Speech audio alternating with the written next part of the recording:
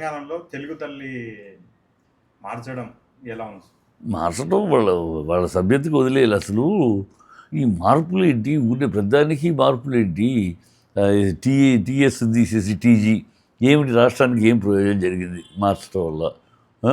ఆ, నా 4 దీనివల్ల 4 చరణాలతో ఉండవలసిన ఒక తెలంగాణ గీతాన్ని 12 చరణాలతో చేయటువంటి 4 చరణాలు ఎప్పుడైనా జాతీయ గీతం కానీ నేషనల్ ప్రాంతీయ గీతం కానీ ఆ 4 చరణాలు 3 చరణాలు ఉంటే జనాలకి నోట్లో ఉండిపోద్ది పాడుకోవటానికి.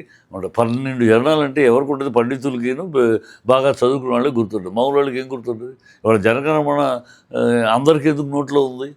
చిన్న ఒకసారి 2 సార్లు అనుకుంటే నోట్లో మిగిలిపోద్ది.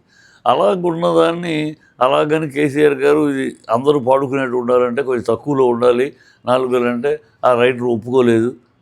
మీరేమో 12 చరణాలు ఎవరు పాడుతున్నారు? ఎవరన్నా తెలంగాణ గీత ఎవరి నోట్లోనే ఉందా?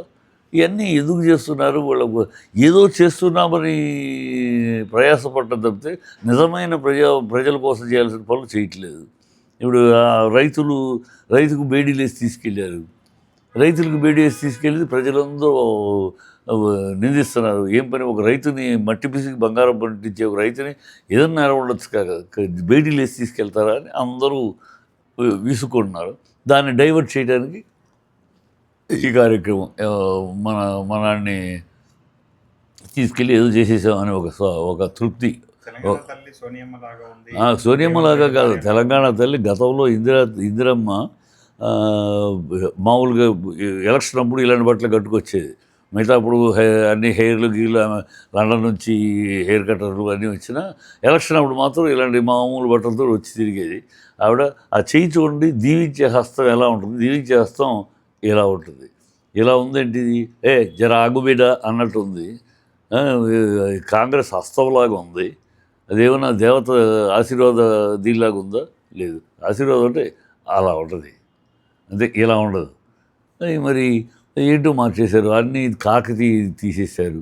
అసలు బతుకమ్మ పండుగ తెలంగాణకి ప్రాముఖ్యం. బతుకమ్మ పండుగ ఆ సింబల్ ఎక్కడా లేదు. గతంలోనేమో దేవత తెలంగాణ అని దేవత రూపం ఎందుకు ఇచ్చారు?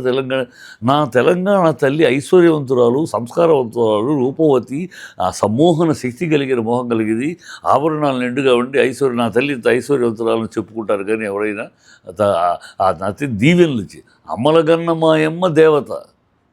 అమ్మలగన్నమాయమ్మ దేవత ఆశీర్వాదాలు ఇస్తుంది, వరాలు ఇస్తుంది. అమ్మ ప్రేమిస్తుంది, ఆదరిస్తుంది, అంతేగాని వరాలు ఇవ్వలేదు. అమ్మ దేవత ఇవ్వగలదు. అందుకని నా తెలంగాణ తల్లి దేవత. అందుకని కోటి రత్నాల వీణ తెలంగాణ అన్నాడు ఆయన దాశరథి గారు. ఏ కోటి రత్నాల వీణ అనకుండా ఆయన కోటి రత్నాల వీణ అని ఎందుకు అనాలి? ఆయన కూడా మామూలుగా ఇలాగైతే 4 పుసుకు కొమ్ముల తల్లి అని ఉండొచ్చుగా. తెలంగాణను నా తల్లిని చెప్పుకునేటప్పుడు నా తల్లిని ఘనంగా గొప్పగా చెప్పుకుంటానికి ఎవరన్నా ఆలోచిస్తారు. మరి వీళ్ళ విజ్ఞత ఏమిటో తెలియదు. మామూలుగా చేసి మార్చాం అంతే, వాళ్ళు పెట్టింది మేము మార్చాం. మాది తప్పితే వాళ్ళ ఎడం చేయి తీసి నా పురం చేయి పెట్టున్నాం అన్నట్టు తప్పితే దీనికి ఒక విజ్ఞత ఉండదు. వేసి మార్చవచ్చు.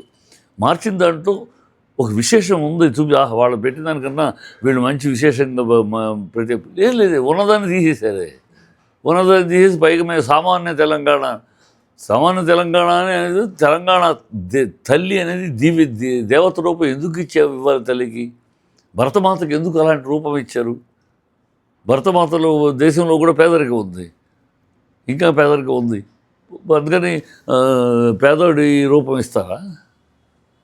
భరతమాత అంటే అంత ఘనమైన తల్లి రూపం, దేవత లాంటి రూపం ఇచ్చారు. అలాగే తెలంగాణ తల్లికి దేవత లాంటి రూపం ఇచ్చారు. దాన్ని తీసేసి మామూలుగా సామాన్య తెలంగాణ, ఘనమైన తెలంగాణ, గౌరవమైన తెలంగాణ, సంస్కారవంతమైన తెలంగాణ, విజ్ఞానవంతమైన తెలంగాణ, సమూహన శక్తి కలిగిన తెలంగాణ, ఆ రూపం అది కావాలి. అది లేదు. ఏం చేస్తాం? వాళ్ళ విజ్ఞత వాళ్ళకి వదిలేయాలి అంతే.